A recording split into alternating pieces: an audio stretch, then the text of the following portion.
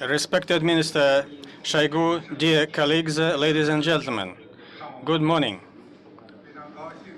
It's a real pleasure to meet everyone here. First, please allow me to express gratitude to the Ministry of Defense of the Russian Federation for inviting and hosting me and the Chinese delegation. The Moscow Conference on International Security has reached the fourth year since its advent in 2012. It has facilitated international exchange and cooperation in security field.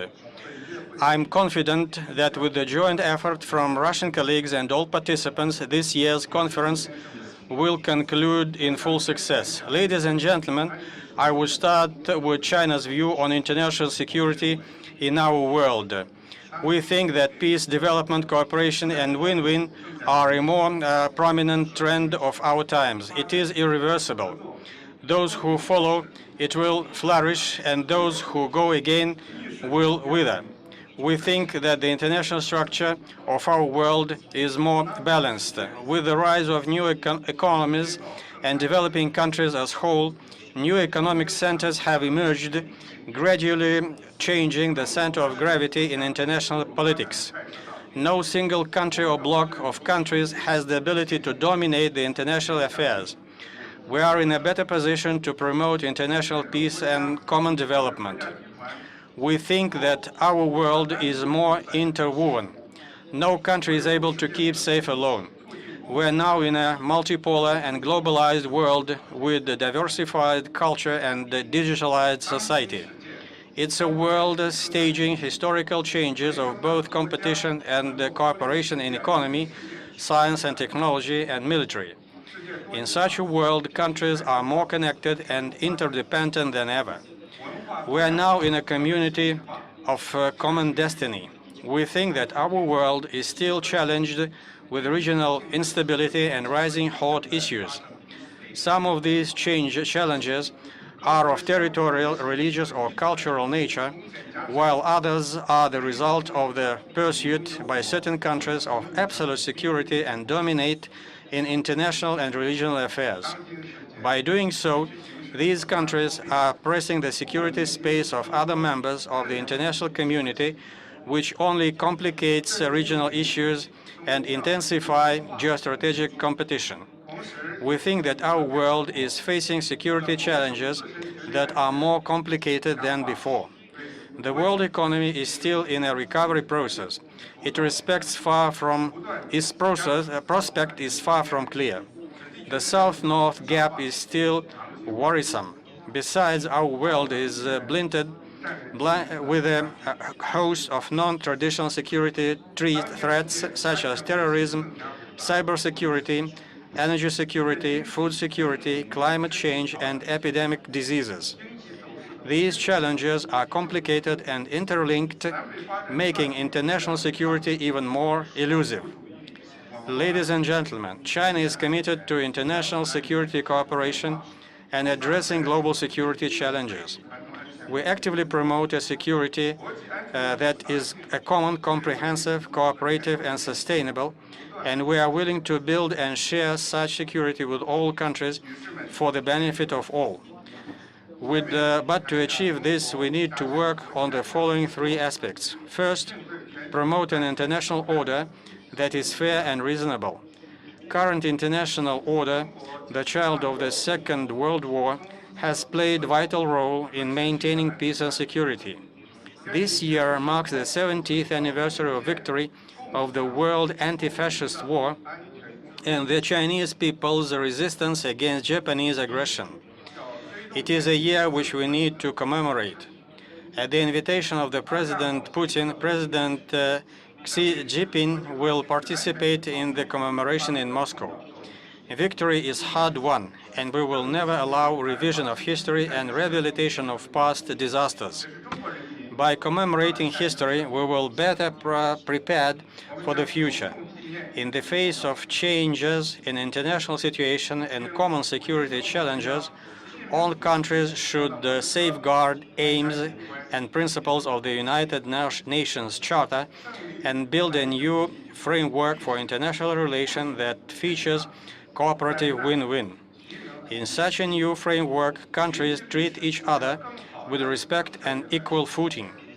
They cooperate in security field not for building alliances, confronting one another or against any other country, but to shoulder the responsibility of maintaining security.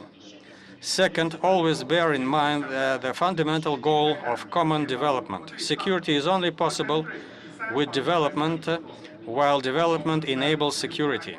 At the root of a number of security issues, we will find problems in development.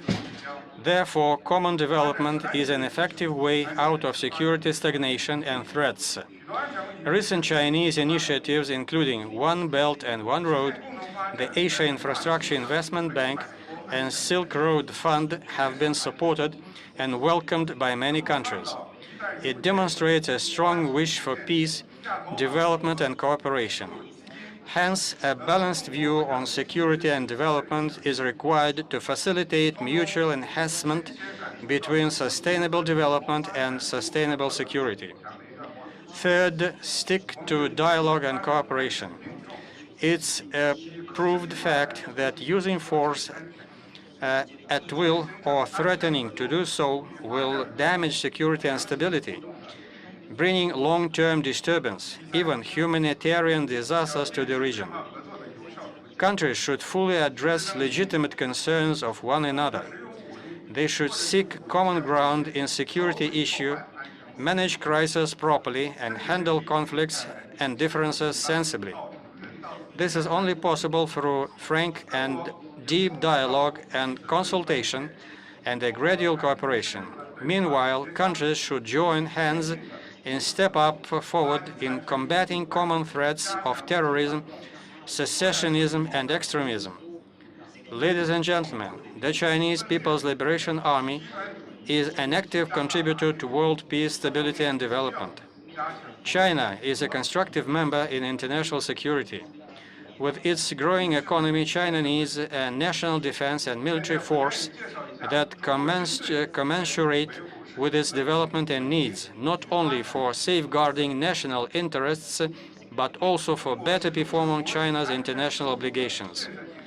The development of the People's Liberation Army aims at safeguarding national sovereignty, security, and territorial integrity. China sticks to a road of peaceful development, upholding a defensive national defense policy.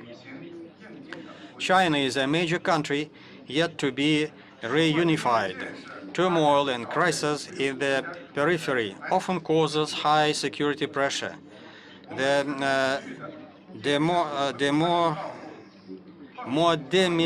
Modernization of China's national defense and armed forces is a result of adjusting to such a context and to the growing pace of world revolution in military affairs. We modernize for safeguarding national interests, and we do exactly as we say. The People's Liberation Army is an active producer to international security. It helps to maintain security of international maritime routes.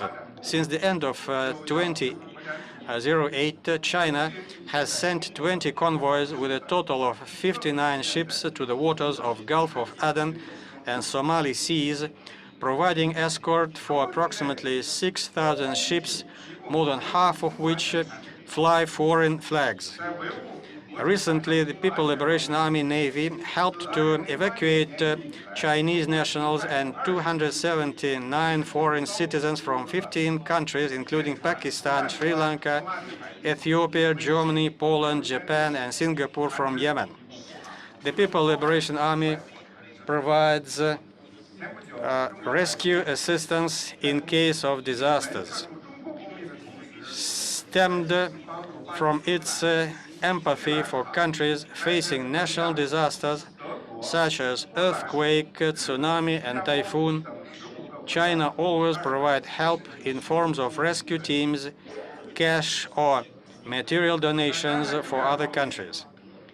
During the recent Ebola crisis, China has sent more than 1,000 experts and medical staff to the affected area and helped to provide more than 13,000 trainings for local health workers.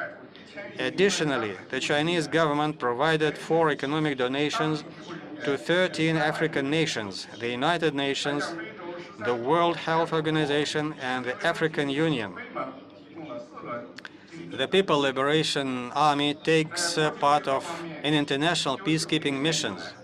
Since 1990, the People Liberation Army has sent more than 30,000 peacekeepers to 24 missions under the United Nations framework. Last year, we sent the first infantry battalion of 700 personnel to South Sudan. The People Liberation Army is committed to full-fledged international cooperation. China tries to enrich the Sino-China-Russian Comprehensive Strategic Partnership in the security field. We are committed to build a new type of mill-to-mill relation with the United States. We have established bilateral defense consultation mechanisms with 27 countries and communication channels with multilateral organizations such as ASEAN and the European Union. China is a main promoter of cooperation in defense and security in the Shanghai Cooperation Organization, including joint military exercises to deter the free forces of terrorism, secessionism, and extremism. The People Liberation Army also participates in defenses and security cooperation in multilateral frameworks such as the ASEAN Regional Forum and ADMM, plus enhancing such regional security frameworks. The People Liberation Army participates in the Western Pacific Naval Symposium and the Indian Ocean Naval Symposium. As the host of the 2014 session, China, together with other participating countries, revised and passed the new conduct of unplanned escorted of sea.